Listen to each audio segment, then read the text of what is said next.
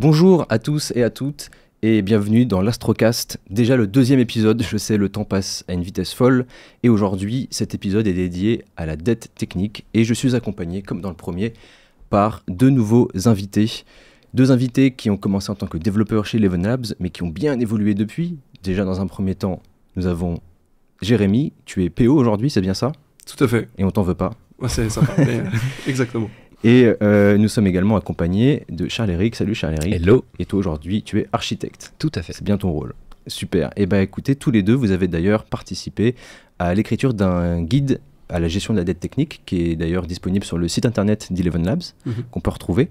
Et on va justement essayer de creuser un peu dans ces concepts-là aujourd'hui, afin de donner les clés aux auditeurs, qu'ils soient développeurs, managers, décideurs, pour essayer de mieux appréhender et mieux gérer la dette technique. Mais avant de commencer, moi j'aime beaucoup les jeux et j'aimerais qu'on fasse un petit jeu ensemble, un petit icebreaker. Est-ce que vous connaissez le Burger Quiz? Yes. Top, et bah on va faire un petit jeu que j'ai volé à Alain Chabat. Et voici l'intitulé du jeu, c'est dette technique, dette publique ou les deux. Ok, donc on va faire un petit exemple ensemble. Donc premier exemple, peut être réglé si on s'y met tous les trois toute la semaine.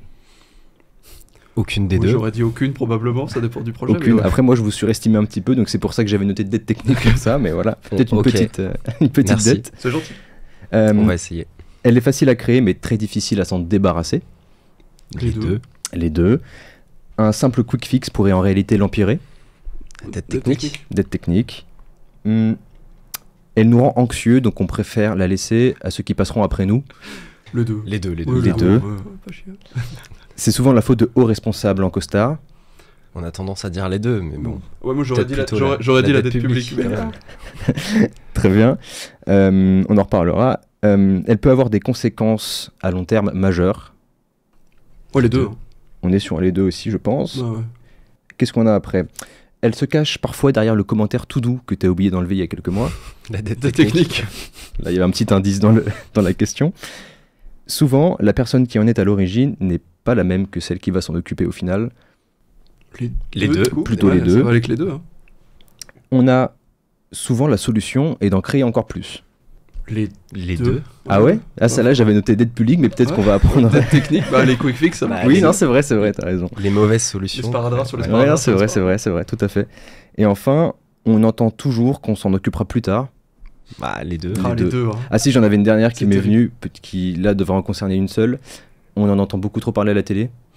La dette publique. La dette La publique. dette publique. Ok, comme ça on revient sur un compte un peu équilibré. Ouais. Ok, top. Donc on a balayé quelques sujets pas très sérieux, mais maintenant on va rentrer quand même un petit peu plus. C'est une Dans belle le- introduction quand même. C'est une belle introduction. Ouais, c'est cool. Top, je voulais un peu détendre l'atmosphère parce qu'on va parler de dette, on va parler de sujets qui parfois stressent un peu notamment les développeurs et parfois même ceux au-dessus. Donc on va pouvoir commencer. Déjà, ce que j'aimerais savoir, c'est selon vous une définition un petit peu de la dette technique. Comment est-ce qu'on peut la définir? Jérémy, peut-être? Tu veux que je commence? Allons-y. Bah de mon point de vue, assez simplement, c'est le prix que tu paieras à moyen long terme pour les raccourcis que tu prends à court terme, au début. Ouais. Soit pour gagner du temps d'un point de vue du produit lui-même, ou juste parce que voilà, il y a une notion de temps, t'as pas le temps, donc on va vite. Ou alors par erreur, entre guillemets. Putain, c'est incroyable, c'était beaucoup plus facile que prévu. Et se rendre compte 6 mois après qu'il y avait une raison pour laquelle c'était vachement plus simple que prévu. Donc, en tout cas, à partir du moment où on parle d'une dette, il y a une histoire de coût à un moment donné, juste on le paye plus tard, ou on se le prend dans la figure plus tard. Mais voilà, et après ça incorpore les notions de raccourci, de temps gagné, ou d'erreur en fonction de si c'est plus ou moins volontaire, plus ou moins involontaire. On aura sûrement l'occasion d'y revenir, mais il peut y avoir des raisons de mettre en place de la dette technique volontairement. Tout à fait. Bien souvent, c'est très involontaire. On va y revenir justement à ça. Ouais. D'accord avec ça, ouais, Charles-Éric? Ouais, complètement. Mais c'est très similaire à une dette personnelle ou une dette publique. Hein. C'est le résultat d'un choix à un moment donné qui fait que on choisit d'aller vite, d'implémenter quelque chose avec une solution, et en faisant ça, on s'endette. C'est bien quand c'est un choix délibéré et qu'on peut rembourser la dette plus tard et qu'on a un plan pour rembourser la dette plus Ouais, au tard. fur et à mesure. Quand c'est involontaire, c'est plus compliqué à régler après. Et justement, je voudrais revenir sur la notion de choix. Je voulais savoir, est-ce que justement on peut choisir volontairement de faire de la dette, et justement, est-ce que ça peut être même quelque chose de stratégique de créer de la dette à un moment donné, et pourquoi est-ce qu'on voudrait en créer? En tout cas, typiquement quand on essaye d'éviter de faire de l'over-engineering, on tombe assez facilement dans l'extrême inverse pour des notions de proof of concept ou des MVP par exemple. Des MVP exactement, où on se dit on veut aller vite, au pire ça va pas en prod et au moins on a un truc qui fonctionne à peu près et on va vraiment droit au but, pas de comment dire. Un peu moins de sécurité, un peu moins de gestion des cas, des effets de bord, des trucs comme ça. Et là, ça peut devenir vachement stratégique, au sens où, justement, on parlait de coûts, de dettes, donc potentiellement, on peut reboucler sur des thèmes un peu financiers, genre l'amortissement, etc. C'est sûr que si c'est juste un MVP, que d'emblée, derrière, ça donne les réponses aux questions auxquelles on se posait, qu'on nécessitait ce MVP, et que ensuite soit ça va à la poubelle, soit on prend le temps, justement, de corriger les trucs pour que ça soit à peu près clean et repartir sur des bonnes bases, ça devient vachement intéressant parce qu'au moins au début, on n'a pas perdu du temps à faire un truc vraiment clean, tout nickel. Sinon, potentiellement, on passe 20% du temps à s'occuper du truc métier fonctionnel, le truc qui marche, et 80% à faire des trucs tout autour en se disant peut-être que dans une semaine ou dans un an, choisissez rayez la mention inutile en tout cas, on aura besoin de l'abstraction pour se brancher à un autre truc ou de tel machin pour gérer n'importe quel autre cas d'usage qu'on n'a pas imaginé, etc. Là où on n'en a pas besoin, par contre on se projette pour le futur, donc c'est cool dans les très très gros projets et quand on a un peu de visibilité. Si c'est vraiment pour un truc soit one shot, soit pour avoir des réponses à très court terme, ça devient juste du coup on tombe dans l'over-engineering. Et c'est là où, je pense en tout cas, ça peut être intéressant de s'en donner, la documenter un peu d'une manière ou d'une autre quelque part. Tu parlais des commentaires tout à l'heure, genre / to do, enlever ça c'est horrible. Mais à minima un truc qui permet de la tracer vite fait, et puis ensuite ça roule si c'est à peu près suivi, quoi. Ouais. Toi, Chanaric, globalement d'accord avec tout ça. Je sais pas trop ce que je peux ajouter, mais en gros, pour construire un prototype, un MVP, on peut faire un choix d'aller très rapidement pour vérifier des hypothèses. Et après, l'essentiel, c'est d'avoir un plan pour s'en sortir. Et le plan, ça peut être par exemple, ok, on sait que pendant 2 mois, par exemple, on va développer telle fonctionnalité, aller mettre en prod notre appli pour voir ce que ça donne, recueillir des vrais feedbacks des utilisateurs et donc vérifier nos hypothèses et après potentiellement faire pivoter notre produit en mode vraiment start-up. Mais par contre, on sait qu'à la fin de ces 2 mois, on met tout à la poubelle et on remet une base technique clean, ou alors on sait qu'il y a telle partie, c'est bon, on l'a bien fait, on pourra la garder telle quelle, et telle autre, on l'a documenté, on l'a tracé, et on va pouvoir revenir dessus et refaire autrement. Et voilà, quelque part, du coup, en créant la dette technique, c'est cool quand on sait déjà comment on va la résoudre plus tard. Et quand on se définit déjà le plan de comment on va la résoudre plus tard, quoi. Donc ça c'est top si on sait qu'on est en train de créer de la dette technique, mais si on part du principe du coup qu'on arrive sur un projet où il y a de la dette qui est installée, qu'il n'y a pas forcément beaucoup de documentation parce qu'elle n'était pas forcément prévue, qu'elle s'est accumulée au fur et à mesure du temps, comment est-ce qu'on va identifier cette dette technique? Est-ce qu'il y a des moyens de la cartographier? C'est un sujet qui est pas simple. Donc effectivement, déjà quand on arrive sur un projet qu'on connaît pas, où il y a beaucoup potentiellement de développeurs, d'équipes qui sont passés les uns après les autres, qui maîtrisaient pas forcément ce qu'ils faisaient et qui ont créé de la dette sans s'en rendre compte et de manière complètement involontaire, il n'y a pas de solution magique à ma connaissance pour vraiment cartographier, répertorier cette dette technique. Ça passe par des phases d'audit, de code, d'infra, de bonnes pratiques, par des phases de code review, d'interview des développeurs qui étaient là pour identifier quels sont leurs pain points, vraiment les trucs sur lesquels ils passent du temps au quotidien parce qu'il y a un truc technique qui ne va pas et qui fait qu'ils refont toujours la même chose, pas de la bonne façon. Et donc après on peut à partir de ces résultats d'audit, de review et d'interview essayer de cartographier tout ça et de se définir, trouver des solutions. Donc déjà en fait on peut cartographier l'existant avec la dette, y compris avec la dette, et ensuite identifier une solution, cartographier cette solution et définir le plan pour aller de l'un à l'autre après. Okay. Généralement je procède comme ça, mais vraiment c'est pas simple et il n'y a pas d'outil magique pour cartographier une dette. Toi d'ailleurs Jérémy, même en tant que PO maintenant, est-ce que tu as une manière différente d'approcher justement la dette avec les développeurs? Bah oui, la vision a forcément un peu changé parce que je suis plus celui qui essaye de l'analyser, la cartographier pour de la mettre potentiellement la résoudre. Et je suis plus celui qui la met sous le tapis vu que c'est plus moi qui la code. Après, il y a la dette technique, ça existe chez les PO aussi, mais si on en parle maintenant, je pense que le podcast fait 2h30, donc c'est pas le moment. Mais en tant que PO, pour un projet où il y en a quand on arrive ou quand on réalise, entre guillemets, au fur et à mesure, qu'un dev ou le tech lead ou qui on veut remonte l'info qu'il va falloir faire quelque chose à un moment donné. Globalement, il y a deux écoles, il y a deux familles. Soit on le réalise à un moment donné, personnellement en tant que PO, ça m'est déjà arrivé de faire la réflexion, de dire, en backlog refinement, un truc comme ça, de dire, si on en est à discuter de ça, c'est qu'on est d'accord qu'il y a un problème quelque part, enfin plus profond que ça, oui, bon bah du coup on va peut-être mettre en place, mettez des tâches techniques et on se débrouillera. Et donc ça c'est souvent les trucs un peu implicites, soit personne l'a détecté, soit personne n'a envie d'en parler. Et la deuxième solution que j'ai croisé aussi, c'est que typiquement il y a des gens très responsables dans l'équipe de dev qui là pour le coup tracent les trucs, voire mettent en place, industrialisent un peu des process. J'ai vu ça dans ma dernière mission, une appli mobile de Paris, je sais pas si on peut citer les marques sur un podcast, j'en sais rien, mais où le tech lead traçait de manière très très rationnelle et précis les sujets, et il y avait, c'était dans le process de la squad, dans le process de l'équipe, il y a, en fonction des sprints, il y a 10 à 20% de la capa qui est pris pour des tâches techniques. Et la notion de tâche technique, c'était une notion de tâche sur Jira, c'était un truc qui n'était pas testé côté quality assessment, etc.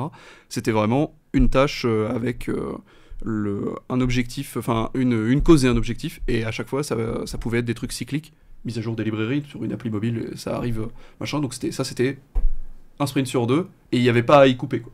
C'était pas un truc que moi en tant que PO je faisais sauter sous prétexte que j'avais besoin des 3 à 5 points en plus pour faire rentrer un truc métier. Ça va que c'était pas un truc en flux tendu non plus, mais donc on avait la possibilité de le faire, mais au moins c'était industrialisé, et c'était à peu près vrai pour tout. Et dans ces cas-là, c'est vrai qu'on vit vachement mieux, on se retrouve, déjà tout le monde est beaucoup moins stressé, et on se retrouve aussi à globalement un truc vachement plus qualitatif, et ça faisait que de temps en temps, il y a un dev qui disait la PR est prête, il y a un commentaire qui dit qu'il y a un truc qui va pas le faire, ou alors on crée une tâche et on s'en occupe au prochain sprint. Mais par contre, c'était non négociable. On gagnait un délai. En tant que PO, côté produit, je gagnais un sprint, entre guillemets. Mais par contre, dans mon sprint suivant, il y avait ces X points-là pour traiter le sujet qui avait été induit le sprint avant. Okay. Donc, quand c'est très cadré comme ça se passe on s'en sort mieux, ouais. Après, en tant que PO, toute technique que je suis, c'est vrai que potentiellement, je la subis. Après, on met juste en place des trucs pour éviter de trop subir et que ça roule. Là, ce que tu décris pour moi, c'est le fonctionnement idéal d'une équipe qui a pleinement conscience de ce qu'elle fait et qui a pleinement conscience aussi de toute l'amélioration continue technique qu'il faut mettre en place vraiment au fur et à mesure des sprints, quoi. Se dire effectivement 10% de la capacité du sprint est dédiée à faire en sorte qu'en fait il n'y ait pas de dette dans le prochain sprint. C'est effectivement comme ça qu'il faut faire, ouais. Moi, il y a un concept aussi que j'aime bien, c'est la Boy Scout Rule. C'est de dire, à chaque fois que tu fais un ticket pour ajouter une fonctionnalité, tu dois toujours laisser le code que tu touches pour faire cette fonctionnalité au moins aussi propre que quand tu es arrivé. Voire tu clean au fur et à mesure tout ce que tu touches, quoi. Donc ça veut dire qu'à l'échelle d'un système d'information, d'une application, tu casses pas tout pour tout refaire, mais voilà, à chaque fois que tu ajoutes telle fonctionnalité, tel bouton qui déclenche tel traitement, tu sais que tu as une petite partie, un petit composant côté front et la même chose côté back, tu fais en sorte que au moins tout ce que tu as eu besoin de toucher pour cette fonctionnalité, ce soit clean. Ok, et j'aimerais apporter un peu le point de vue du développeur par rapport à ça. Comment ça se passe quand un développeur il doit aller du coup sur un projet où il y a énormément de dettes techniques, et il vient par exemple d'un projet sur lequel tout se passait très bien, tout était parfaitement à jour, c'était un peu le paradis. On est d'accord qu'il peut y avoir un impact un peu psychologique sur les développeurs à ce moment-là, parce que c'est jamais très agréable de travailler sur ce genre de projet. Comment est-ce qu'on gère ça? Comment est-ce qu'on communique correctement pour faire accepter déjà la situation et motiver aussi la personne à se dire que c'est quand même nécessaire et que ça permettra que ça fonctionne mieux par la suite et que justement on est moins à gérer ce genre de dette à l'avenir? On sent le vécu. C'est pas simple. J'ai vécu aussi. La question est orientée, mais... Ouais, c'est pas simple parce qu'il faut prendre en compte les sensibilités des autres développeurs de l'équipe. Quand on arrive comme ça, on a l'impression de tout savoir, on a un regard neuf sur le projet, on a en tête plein de bonnes pratiques qu'on appliquait sur les projets précédents et on a envie de convaincre tout le monde que c'est ça la façon de faire et forcément c'est pas simple, forcément en face il peut y avoir de la résistance, s'il y a des gens qui pendant 5 ans, 10 ans ont toujours fait les choses de la même façon, aller leur dire qu'il faut faire complètement autrement, forcément il va falloir passer du temps avec eux, les accompagner, leur prouver que vraiment il y a des solutions qui évitent ces soucis-là, donc il faut montrer, je trouve que c'est ça qui marche pas mal, faire du pair programming, montrer ce truc là, bah voilà, tu te rends compte avant pour faire je sais pas, telle fonctionnalité classique que tu as besoin de développer au moins une fois par sprint, genre je sais pas, un envoi de notification email ou une API assez simple pour récupérer des données. Tu vois, avant tu avais besoin de créer 10 fichiers, d'écrire tant de lignes de code. Avec ma solution un peu mieux organisée, mieux refactorisée, tu peux juste faire quelques petites configurations et c'est bon, ça te prend 5 minutes versus 5 heures avant. Et vraiment montrer par l'exemple au fur et à mesure. Voilà, ça demande. Enfin, faut être pédagogue, quoi. Ouais, parce qu'il y a peut-être des développeurs dont le premier réflexe, c'est peut-être, on utilisait le terme tout à l'heure, de mettre la dette justement sous le tapis, par peur de devoir s'en occuper à un moment donné. Ouais, ou par simplicité. Si tu as toujours fait ça de la même façon, bah forcément, tu continues en fait. S'il y a personne qui arrive justement avec ce regard neuf en te disant mais attends, non, arrête de faire ça, fais autrement, regarde, je te montre, bah tu continues, ouais. Ok. Mais du coup, oui, ça peut demander du temps et ça peut demander aussi potentiellement peut-être une directive qui vient d'en haut. Donc, si les équipes ne sont pas réceptives à ce discours-là, faut potentiellement passer par au-dessus et faire comprendre aux chefs que, regardez, là, ça va pas du tout. Vos développements vous coûtent cher. Ça, c'est un argument qui marche bien généralement. Regardez, telle fonctionnalité, vous avez besoin de reproduire quasiment la même à chaque sprint. Si on reprend encore l'exemple d'envoi de notification email, les trucs un peu classiques qu'on fait tout le temps. Si à chaque fois vous payez 5 jours de dev pour une notification, c'est pas bon, quoi. Vous en rendez compte, vous avez tous vos sprints à l'année, ça vous coûte trop cher. Ce truc là, ça devrait prendre 5 minutes par sprint et pas 5 heures. Ouais. Et du coup voilà, ça donne des arguments. Du coup après on peut avoir un appui de la hiérarchie qui dit ok, il y a telle personne qui est dédiée pour trouver une solution, définir un plan pour réduire cette dette, pour rembourser en fait cette dette technique là à ce moment là. Et voilà, ça peut être une façon de faire aussi. Okay. Après, je conseillerais toujours de le faire dans un second temps. Il faut toujours essayer de plutôt faire le bottom-up plutôt que l'inverse. Ok. Oui, parce que justement, il y a une question aussi qui me vient là-dessus, c'est les décideurs, forcément, les chefs, les décideurs, selon comment on les appelle, mais comment est-ce qu'on va réussir à les convaincre qu'ils ne sont pas tous sensibilisés de la même manière sur des sujets techniques? Tu parlais de leur parler de coûts, parfois ça marche bien. Ouais. Est-ce qu'il y a d'autres manières, d'autres moyens comme ça de convaincre les décideurs sur la nécessité de traiter la dette technique et même en fait mieux de la traiter en fait en amont avant qu'elle soit trop grave? Pour moi ça raccroche beaucoup à ce que tu disais, Chéric, sur l'aspect pédagogie de la chose au global. Et après, effectivement, en fonction d'à qui on parle, de à quelle hauteur il est, taper au porte-monnaie, plus on monte, plus ça marche en général. Ouais. Et dans les strates un peu inférieures, quand on parle à quelqu'un qui gère pas forcément de budget, par exemple, ou en fonction de son investissement dans l'entreprise, etc. Mais il peut y avoir d'autres arguments. Typiquement, de nos jours, l'aspect... cybersécurité peut vachement servir. C'est vrai. Après, il marche très bien celui-là aussi. Plus le temps passe, plus j'ai l'impression que c'est extrêmement efficace. Mais la réalité, c'est que la notion cyber renvoie in fine à l'aspect financier du terme. Ouais. Et c'est pour ça que, perso, je fais énormément de parallèles entre la dette technique et la dette financière, que l'un et l'autre peuvent être réparés, comblés avec de l'investissement. Et l'investissement comme la dette, ça s'amortit, théoriquement. Et juste l'investissement, il faut que quelqu'un nous donne le budget de le faire, soit en euros, soit en temps, en fonction, ou les deux, souvent les deux. Et donc au milieu, pour convaincre ceux qui sont soit pas tout en haut, qui ont la visio sur le porte-monnaie, soit tout en bas, si je puis dire, côté dev pur, ou parfois juste dire... j'ai connu des devs où juste arriver avec l'argument de tu veux pas qu'on passe la journée là-dessus, ça sera quand même vachement plus sexy après dans la pull request, tu vas voir, ça pouvait suffire. Donc au milieu il y a tout un spectre qui peut servir énormément. Typiquement en tant que PO moi-même, j'ai croisé des devs qui allaient voir le ou la Scrum Master, qui venaient me voir ensuite pour essayer d'argumenter. Et typiquement, j'ai déjà eu l'argument de dire, avec quasiment un graphe tiré de Burn Down Chart de Jira, en disant, franchement, on prend, c'était pas un argument en euros, c'était un argument en points de complexité, suite de Fibonacci, le truc le plus basique, et c'était vraiment genre donne-leur 13 points étalés sur 2 sprints, là, machin, c'est pas atomique, tant pis, on pourra pas le faire en un seul sprint, mais par contre, à chaque sprint qui suivront, ça sera, je sais plus, 3 ou 5 points de moins, donc regarde, donc là tu tombes sur les problèmes de maths qu'on t'apprend en primaire, t'as la carte de fidélité, combien de places de cinéma tu devras acheter avec la carte de fidélité pour rentabiliser ta carte de fidélité. Bon bah là c'était pas compliqué, si c'était 5 points, voilà, au 3e sprint t'auras rentabilisé, juste t'as un peu galéré sur ta capacité, les 2 premiers. Voilà, donc sur 5 sprints total, c'est bon, et tous les sprints après c'est gratos, en tout cas c'est de la rentabilité. Ouais. Bon, donc c'est pas toujours, c'est un exemple parmi plein d'autres. Ce qui est sûr, pour conclure là-dessus, sinon pareil on peut y passer des heures, mais l'aspect pédagogique, faut vachement s'adapter à qui on parle, ça c'est sûr et certain. Bien sûr. Et après faut aussi se mettre au niveau de l'interlocuteur, c'est les règles de pédagogie de base. Mais arriver auprès de quelqu'un qui est pas du tout technique, avec des termes totalement techniques, au-delà de rien lui faire comprendre, on va probablement surtout le braquer. Et l'inverse c'est vrai aussi, parler à quelqu'un, un manager qui est historiquement dev, puis lead dev, j'en sais rien, et qui est devenu manager depuis, qui gère l'équipe. Bon, lui parler technique, ça marche sûrement, et surtout ça titillera un truc qu'il a croisé aussi, au même titre que là on parle de dette technique.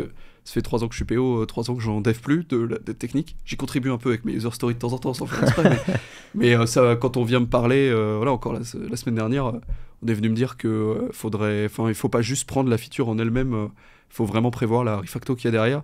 Bon bah très bien, moi ça a très bien marché. Est-ce qu'on peut me bullshit là-dessus un petit peu pour gagner du temps ?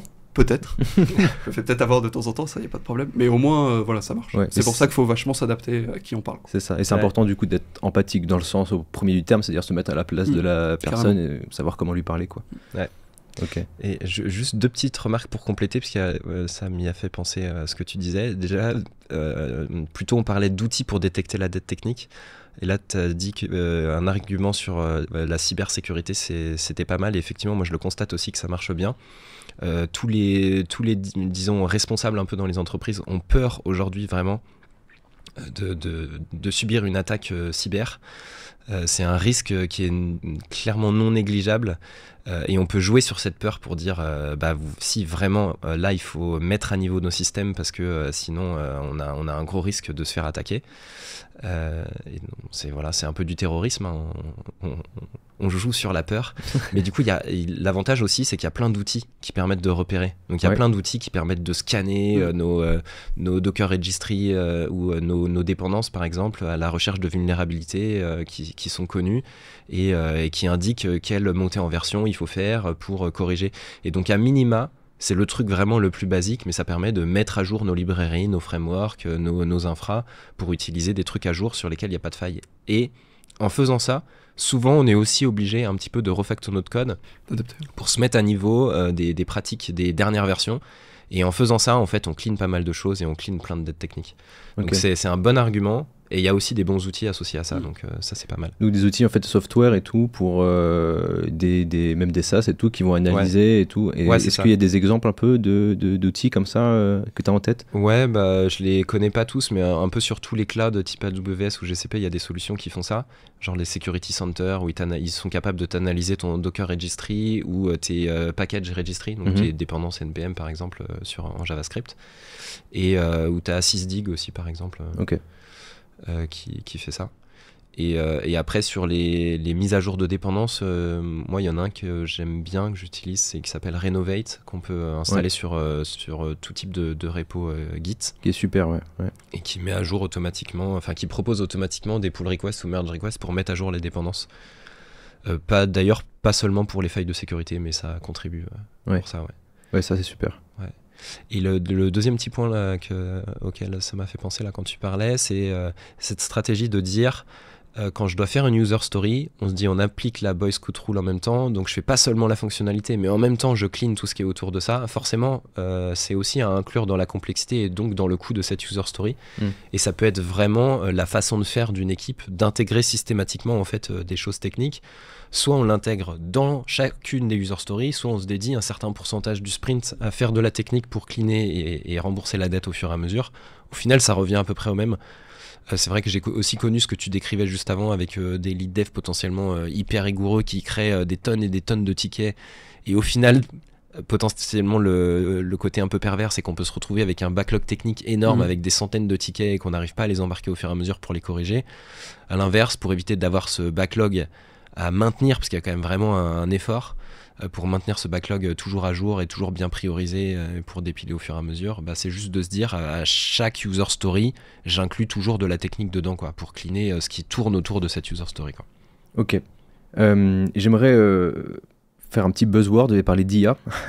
À quel point est-ce qu'on peut parler d'IA et à quel point ça peut être utile? Est-ce que vous, à titre personnel, vous avez déjà utilisé ça dans le cadre de la gestion de dettes techniques? Est-ce que ça peut être utile? Tu veux y aller d'abord? Vas-y. Moi, j'ai pas Jérémy. beaucoup. Là, pour le coup, en toute honnêteté, j'ai pas beaucoup d'éléments parce que au niveau pur pro, c'est pas l'IA pour dans ce domaine-là. J'ai pas beaucoup d'écho en tout cas sur des choses, des projets un peu plus perso parce que tout PO que je suis, je survis à être PO parce que je dev toujours beaucoup. Personnellement, ça s'équilibre un petit peu. Et c'est vrai que pour avoir testé des solutions un peu ce qui se fait maintenant, qui avait l'air rigolo à tester au début et qui s'avère vachement pratique in fine niveau IA pour assister dans la productivité en tant que dev, donc les trucs très basiques. Perso, c'est Copilot et ChatGPT, chacun pour son truc. Et dans l'un et l'autre des cas, surtout ChatGPT, de ce que j'ai pu voir, c'est que de temps en temps, par exemple au niveau... alors, parler d'archi en présence d'un architecte, je vais quand même pas te faire cet affront, mais pure architecture très ciblée dans le soft, donc personnellement qui fait plus de dev back-end que front-end, parce que CSS je maîtrise toujours pas après 10 ans, mais dans du back-end, quand on lui dit... à ChatGPT, voilà mon schéma de base, je peux avoir s'il te plaît mon resolver, mon service et mon truc avec mon ORM au choix. J'ai pu voir typiquement qu'il faisait le découpage pour essayer de gagner en abstraction, gagner en gestion des cas potentiels, découpler aussi un certain nombre de choses. Typiquement, personnellement, moi qui fais tout en Node.js, les libs, donc tu passes le même, c'est que tu passes plus de temps à configurer des libs qu'à développer ton truc, ce qui n'est pas tout à fait faux, et du coup dès que tu fais du back, t'as ton ORM d'un côté, le truc de gestion de data par ailleurs, etc. Et donc ChatGPT assez naturellement te découpe les trucs pour découpler les choses, et comme ça si un jour tu changes quelque chose, typical, t'as ton repository / service tout au bout de la chaîne qui tape à la base. Bon, t'as pas à changer, t'as pas juste ton... Prisma model.find tout en haut dans le resolver, des choses comme ça, si pas parler technique trop longtemps, mais donc ChatGPT faisait un effort en tout cas de manière très micro comme ça, et après typiquement côté Copilot il m'a sorti des trucs pour des notions de perf entre guillemets où une fois sur deux il en a rien à faire, et une fois sur deux il te sort voilà, il se prend pas la tête, tu lui as demandé une boucle pour traiter des données, il te sort le for qui fait tout pour toi tout seul. Et t'as pas d'overhead, t'as pas tous ces trucs-là. Donc c'est que du micro, j'ai que ces exemples-là en tout cas. Il y a peut-être, t'as peut-être Chéri une vision plus macro, etc. Ça évolue hyper vite ces outils-là. Donc aujourd'hui, je ne connais pas d'outils à qui tu es capable de dire voilà ma code base, donne-moi un plan pour résoudre tous les sujets de dette technique. Mais je pense que ça devrait être faisable dans quelques années quand même, parce que ça évolue bien en ce sens. Moi, avec la team de dev avec laquelle je travaille aujourd'hui, effectivement, on utilise aussi du Copilot ou sur l'équivalent Google qui s'appelle Code Assist. Globalement, ça marche bien. Ça permet d'aider. Après, je saurais pas dire si vraiment ça permet de réduire la dette technique quand on écrit le code. J'aurais même plutôt tendance à dire qu'il faut être méfiant. Ça pourrait être l'inverse. C'est-à-dire qu'en fait, ça fait gagner en rapidité. C'est un outil qu'il faut utiliser au quotidien, ça c'est sûr, c'est indiscutable. Par contre, il faut quand même bien challenger toutes les réponses qui sont produites. Après, on est très dépendant de la façon de prompter aussi. Donc avec l'habitude, on sait un peu mieux comment lui demander pour justement qu'il respecte bien les bonnes pratiques. Mais c'est pas forcément la première réponse qu'il va donner au premier prompt un peu basique qu'on irait lui donner, quoi. Donc il faut quand même bien connaître derrière les bonnes pratiques pour en fait presque demander à l'IA de respecter les bonnes pratiques, genre lui dire voilà, c'est bon, tu m'as pondu telle première version de code, maintenant quand même j'identifie que là par exemple ça respecte pas le single responsibility principle, il y a beaucoup trop de choses dans ce service, redécoupe-moi ça. Et en lui demandant, je pense qu'il y arrive, mais il faut que, voilà, ça implique de relire le code généré et de lui redemander de faire autrement. Déjà, pas la review, ouais. Bref, ça, faire de la review de ce que produit l'IA. Après, quoi d'autre? Justement, en parlant de review, l'IA peut permettre d'aider à review. Donc tu peux lui donner ton code et lui dire vas-y, qu'est-ce qu'il faut optimiser sur ce fichier-là, ou même sur une pull request. Tu peux brancher des bots sur ta pull request et pour que l'IA review le diff de ta pull request et te suggère en fait des optimisations. Donc là aussi, ça pourrait permettre de réduire la dette technique à terme. Et je dirais que le dernier aspect, c'est aussi pour expliquer le code. Quand on est vraiment sur le cas extrême, où on arrive sur une code base qui est vraiment horrible, où on n'y comprend rien potentiellement dans un langage qu'on n'a jamais utilisé, lui dire explique-moi qu'est-ce qui se passe ici, et voilà, ça peut permettre de créer un échange où on arrive à comprendre ce qui se passe et donc voir où sont les soucis pour corriger des bugs ou faire des optimisations de performance ou des refactos pour que ce soit plus clean. Ouais. Donc voilà, c'est plutôt finalement c'est juste utiliser l'IA pour ce qu'on faisait avant sans. Ouais. Mais voilà, lui poser les bonnes questions pour qu'il nous aide à identifier ce qui va pas et à le corriger. C'est ça. Je reviens juste sur un point, tu disais ça permet aussi de faire sa propre review. Ouais. Pour avoir utilisé un peu ça de temps en temps, il y a peut-être un truc où c'est un peu moins bien. On parlait d'over-engineering aussi au début. Quand on fait un code qui ne demande pas forcément à être ultra développé, qui fonctionne très bien et dans lequel il n'y a pas forcément déjà de grand-chose à améliorer et qu'on demande à l'IA « améliore-moi ça », il va coûte que coûte vouloir améliorer le code, quitte à faire des trucs parfois ultra complexes, parce que dans le prompt, on lui a demandé « améliore-moi ça ». Alors qu'il n'y a pas forcément toujours besoin d'améliorer, il faut aussi faire attention à ça. Voilà. Non, c'est pour ça qu'il ne faut jamais juste dire « améliore ouais. ». Il faut dire... il faut déjà lui cibler les trucs en fait à améliorer. Et typiquement, voilà, il y a trop de choses dans ce service, il faut le redécouper. Il faut lui dire tel quel.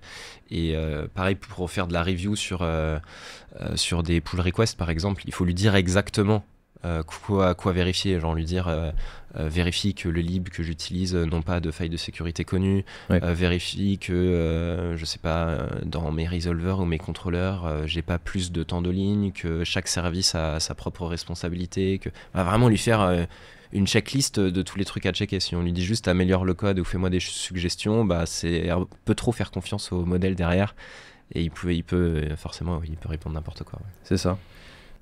Pour terminer, j'aimerais qu'on se donne 2-3 derniers petits conseils peut-être qu'on n'a pas évoqués pendant ce podcast qui vous viennent là pêle-mêle, que ce soit pour les développeurs, mais pour les managers ou pour les décideurs, n'importe qui, il faut que ça serve à tout le monde. Voilà, avant de terminer, c'est que vous avez 2-3 conseils en plus à donner pour gérer au mieux et appréhender la dette.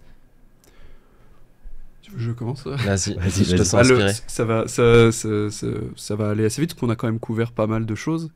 Ce que je rajouterais, c'est qu'il faut bien garder en tête que c'est le problème de tout le monde, que ce soit des devs d'un côté qui peuvent l'incorporer, qui peuvent la mettre en place ou qui peuvent la réparer, jusqu'en mettant dans la boucle les PO, les métiers, les managers, tout ce qu'on veut. C'est pas un truc qu'on peut résoudre tout seul, ou en tout cas pas à long terme de toute façon. Donc de temps en temps, tu peux faire passer en tant que dev un truc discrètement et y passer un tout petit peu plus de temps que prévu, mais bon, voilà. Mais à long terme, si on veut que ça fonctionne, il faut que tout le monde soit incorporé dedans. Et le corollaire de ça, c'est, on a un peu parlé de pédagogie tout à l'heure, c'est ce qui me semble le plus important, c'est pour tout le monde de faire preuve de pédagogie et de s'écouter globalement.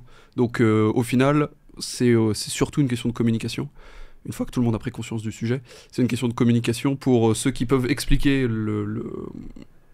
à quel point ça coûte cher et ce qu'il faut mettre en place pour la corriger, de l'expliquer de manière à ce que ce soit compris et compréhensible par tout à chacun et surtout ceux qui peuvent leur permettre de corriger le problème. Et en face de ça, ceux qui, eux, n'ont pas les moyens de la corriger elles-mêmes, en elles-mêmes la dette technique, je vais y arriver, d'expliquer que, ok, il y a peut-être un truc à faire, par contre, je sais pas, là ce qu'on veut c'est un MVP, donc bien expliquer un petit peu l'aspect produit du truc, y compris potentiellement à des développeurs qui, il peut y avoir des développeurs qui de notoriété publique disent le produit je m'en fiche, donne-moi l'US avec les critères d'acceptance, ça, je m'en occupe. Mais à un moment donné on finit par se retrouver face à ce blocage là où si on n'est pas en mesure d'expliquer ou de se faire expliquer les choses, on va au plus rapide, et si on va au plus rapide, c'est ce qu'on disait tout à l'heure, si on va au plus vite, voilà, certes le mieux est sûrement l'ennemi du bien, mais par contre c'est vite fait bien fait, c'est quand même rare, en tout cas pas à long terme. C'est clair. Voilà. Charles-Éric, un dernier mot, un dernier conseil peut-être? Ouais, on a abordé déjà plein de sujets. Pour moi, le plus important, c'est de se définir une vision et un plan pour corriger sa dette technique, et il faut que cette vision et ce plan soient partagés avec toutes les parties prenantes, aussi bien techniques que ceux qui suivent les budgets, voilà, côté même direction. Et on peut presque voir la résolution de la dette comme un projet ou même un produit en tant que tel, en fait, à suivre avec une roadmap qui peut potentiellement s'étaler sur 2, 3, 4 ans. Il ne faut pas avoir peur de ça. Mais sans cette vision, on continue forcément à créer de la dette au fur et à mesure, en fait. Donc il faut vraiment se dire, voilà notre existant, voilà où on veut aller à terme, à 3 ou 4 ans. Et on sait toutes les actions qu'on doit mener pour arriver là, et voilà, peut-être que l'année prochaine on travaillera plutôt sur cet axe-là, l'année suivante plutôt sur tel autre.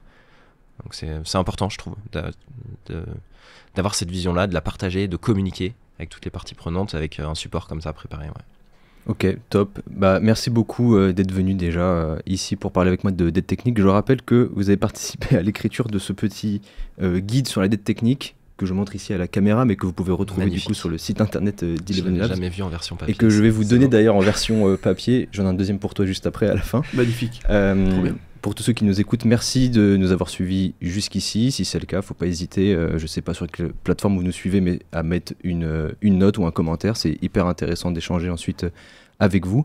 Et donc merci beaucoup de nous avoir suivis. Merci à vous les gars d'avoir accepté l'invitation. Et à très bientôt, on l'espère, pour un nouvel épisode. Très vite, on espère. Allez, salut tout le monde. Salut. Ciao. Beaucoup.